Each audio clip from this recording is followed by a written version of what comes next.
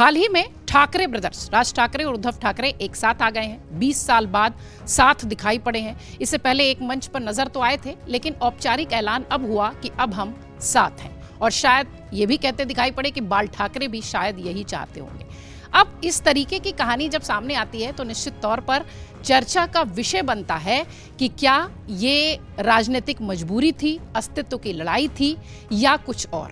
तो शिवसेना इस बात को जानती है कि भाई हमारा आर्थिक आधार तो हमेशा से बीएमसी रहा है। अगर हम बीएमसी में सत्ता से चले जाएंगे तो हमारे शाखा प्रमुख है वो भी हमारा साथ छोड़ देंगे। तो उनकी पूरी ताकत अब वापस बीएमसी को कब्जा करने की कोशिश है।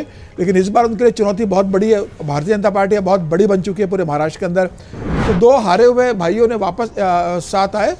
पूरा कोशिश उनका मराठी वोट बैंक की तरफ है और ये तय था कि राज ठाकरे आएंगे तो कांग्रेस साथ में नहीं जाएगी, क्योंकि कांग्रेस कहेगी कि भाई उत्तर भारतीय के साथ जिस तरीके से राज ठाकरे का व्यवहार रहा है और कांग्रेस से कहा था और कांग्रेस से अलग लड़ने की घोषणा कर दी है। बिल्कुल मुझे लग रहा है ये रीयूनियन परिवार मिल रहे हैं, ये सब हम पत्रकारों के मन बहलाने के लिए अच्छा है।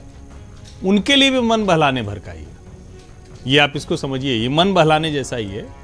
कोई हैसियत ना अलग अलग रह गई, ना कोई हैसियत साथ आने से रही। शिवसेना का वोट बैंक होता था, उस पे उनका बहुत कम हिस्से पे उनका अब दावा रह गया है। शिवसेना जो ओरिजिनल थी वो कहीं और जा चुकी है। अब जो बचा खुचा शिवसेना था, आप उसको ऐसा कहें, वो यूनाइट हो रहा है।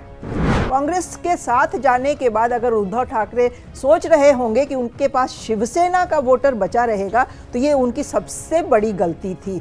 और एमएनएस ने तो वैसे भी 20 साल तक अब एक गुमनामी की जिंदगी जी ली है, तो उसको समझ में आ गया है कि उसका भी कहीं कोई अलग वजूद है नहीं। अजीत पवार और शरद पवार दोनों नज़दीक हैं। उद्धव ठाकरे राज ठाकरे एक साथ हो गए हैं और कांग्रेस जो है इस समय पर इंडिपेंडेंट तरीके से खड़ी है, जिसे शरद पवार भी डोरा डाल रहे हैं कि हमें साथ में ले लो, अजीत पवार भी उनके साथ बात कर रहे हैं कि हमें साथ में ले लो। तो एक ऐसा गठजोड़ बनता हुआ दिख रहा है जिसको हम कह सकते हैं बेमेल गठजोड़, जो वोटों को साथ में लाने में विफल रहने वाला है। बीएमसी उनकी लाइफलाइन रही है, उसके लिए वो साथ आज आए हैं, लेकिन सारी फंडिंग पार्टी की, बुनियादी ढांचा बीएमसी की नींव पर ही खड़ा हुआ। फिर कामगार सेना और दूसरी चीजें बनाकर उसी को बहुत विस्तार दिया गया। तो बीएमसी कोर है और अब वो अपनी कोर की तरफ तब लौट रहे हैं जब उनको अपनी भूल का एहसास हुए। लगभग 20 साल हो गए।